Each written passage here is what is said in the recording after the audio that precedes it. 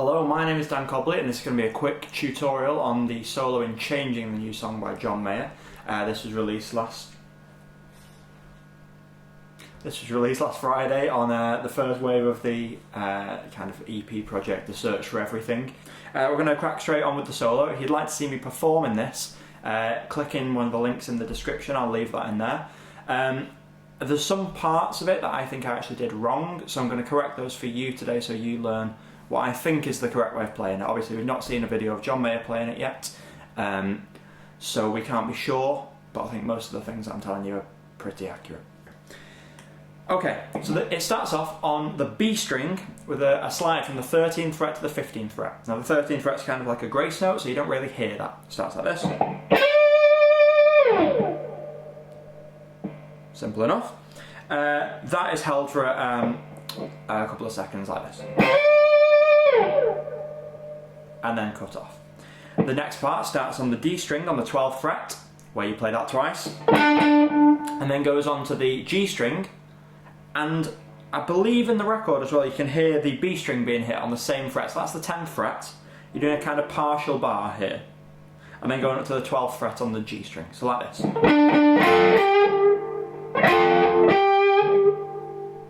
Then there's a bend on the 12th fret on the G string, which is a bend up to the 14th fret. You cut off that bend right at the top so it doesn't carry on anymore. You don't hear the release of it. So, and then here, I think in the performance video, I did a kind of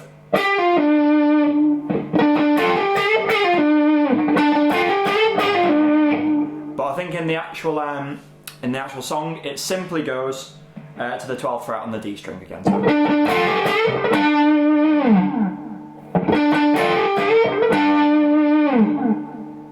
Okay, so just to recap, you've got the 12th fret played twice, the 10th fret's barred on the G and B strings, up to the 12th fret on the G string, then doing the bend on the 12th fret on the G string, and landed on the 12th fret on the D string.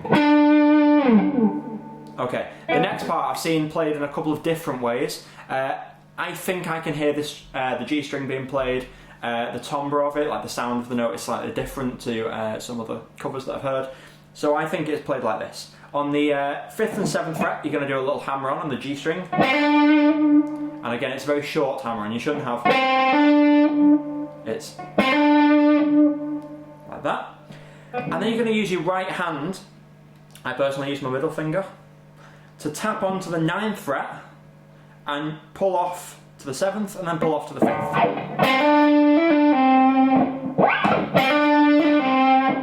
Like that.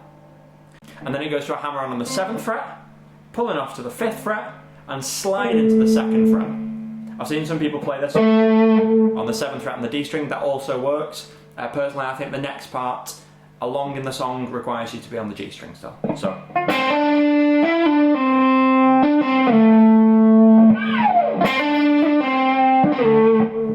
Like that. The next part I think is quite tricky, and I've seen this played a number of ways. I think I can hear these two notes being played, so I'm going to show you how I do it. That starts off on the 4th fret on the G string, hammering onto the 5th fret on the G string, so I would need your 3rd finger and your 4th finger, and then pulling off straight to the 2nd fret. So the hard thing about this is making sure that we don't go... It's making sure that we don't do that. Try to allow your pinky just to pull off completely to the 1st finger, so like this. Okay, so with the first bit.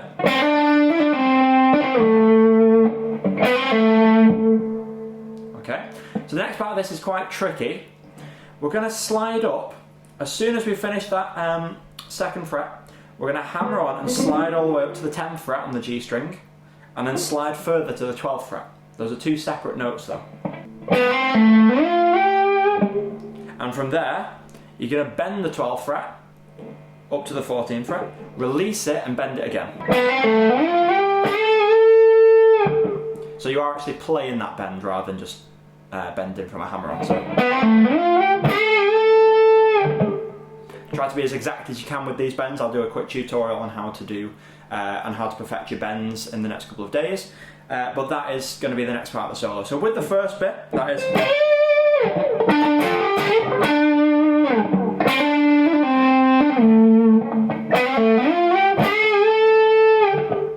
Okay, so then the next part is a lead-up part to the slightly higher register of the guitar. So for this, you're going to start with that same bend on the 12th fret up to the 14th on the G string.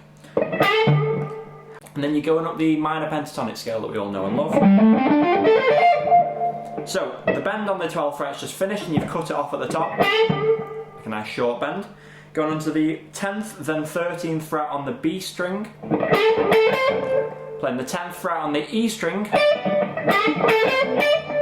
Like that. That's a syncopated rhythm. So you're going, rather than da da da da da da, it's da da da da da da. Like that. And then here you're going to bend up the 13th fret on the B string, a full tone, and stopping it at the top.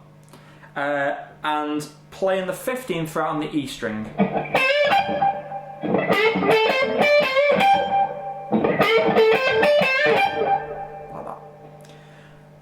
From there, it goes on to the next part. So, this is kind of a repeating pattern, so try and memorise this bit as best as you can.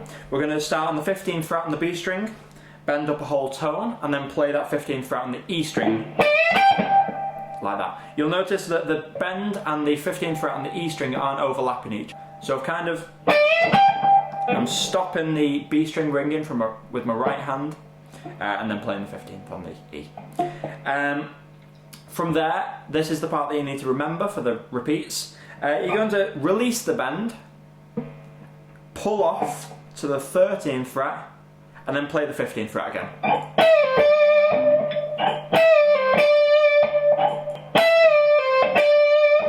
So in total you should have...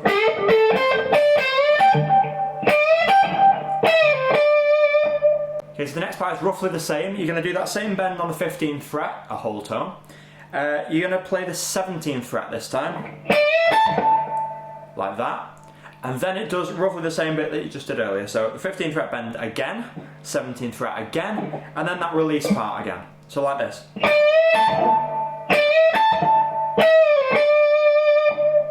So with the first part.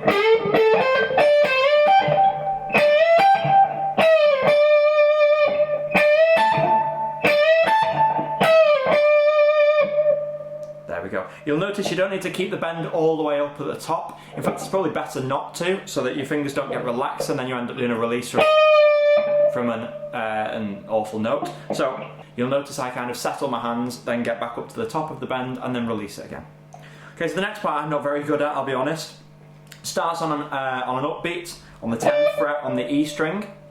From there, you're going to do this pattern that John Mayer does quite a lot in his live solos especially. And what you're doing here basically is bending up the 13th fret with your, I personally use my second and third fingers, and you're bending this a whole tone to match that note, the 15th fret. And that 10th fret is also the same note. So the idea is to kind of get this, that sound. Be really accurate with these bends. This is what I'm not very good at, because otherwise it sounds completely different. It's like a dominant 7th feel then. So each time you're alternating between that bend and then playing the 10th fret on the E string. You start off with the 10th fret on its own and then do that bend and 10th string 3 times. From then you go into the 15th fret on the E string.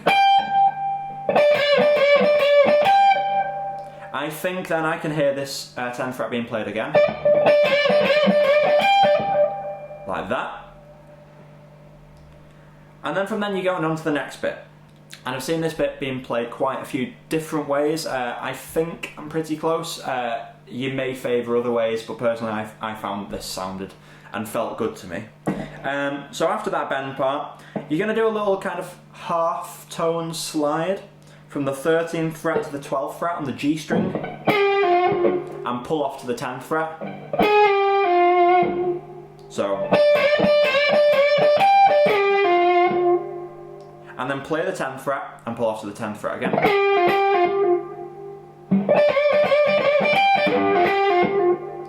And slide up to the 14th fret on the G string and then play the 12th fret on the D string.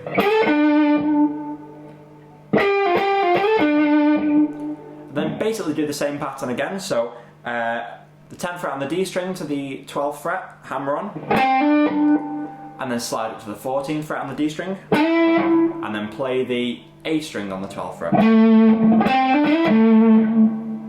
So that should sound like this.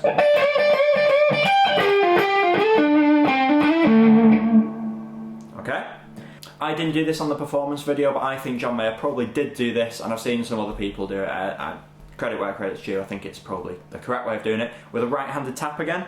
So you're going to do the same kind of hammer on from the 10th to the 12th fret on the A string. And then just like you did here, you're going to do the same thing. So hammering on with your right hand onto the 14th fret on the A string, pulling off to the 12th, pulling off to the 10th, and then hammering on again to the 12th.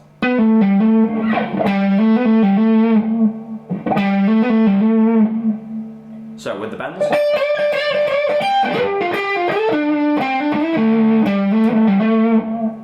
You're then going to go onto the D string on the 10th fret and hammer on very quickly to the 12th fret.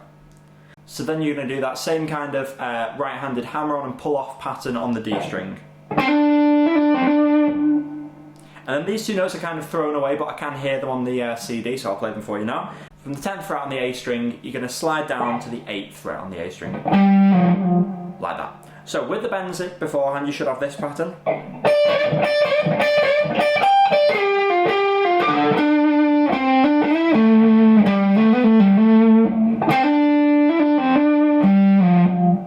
Like that.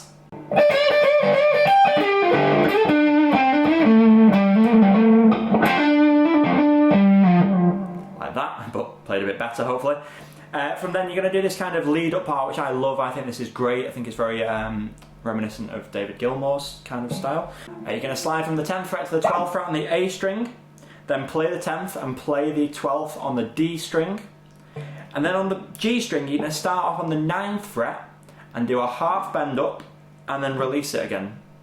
So it should sound like 10, 9, 10, but you're going to go.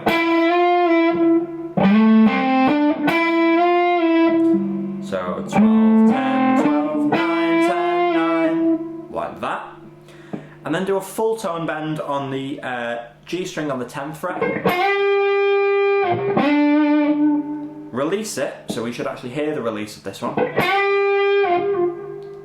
And play the 12th fret on the D string. Now personally in the performance video that I did, I actually kind of... I did something like that where I pulled off. If you are going to do that, I think it's right to pull off to the 9th fret, not the 8th fret like I mistakenly did in the performance video. So, if you were going to pull off to there. Otherwise, I think in the song it actually just... like that. So we're on to the final home straight now. You're going to play the 15th fret, a whole tone bend on the B string. And then do the bend again. And then play the 15th fret on its own, unbent, if that's a word. Like that. And then bend the 13th fret a whole tone. And just play the 13th fret on its own. Here's where my compression is probably a bit too much, because as the track kind of starts to fade out, or the solo starts to fade out, these bends need to be repeating but getting quieter. So like this.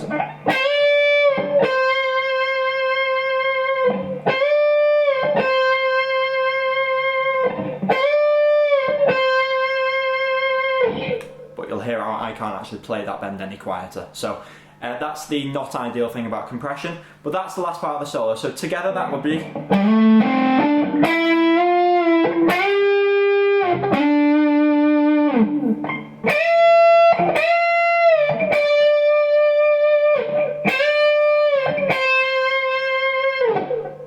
So I'll play the whole solo slowly for you.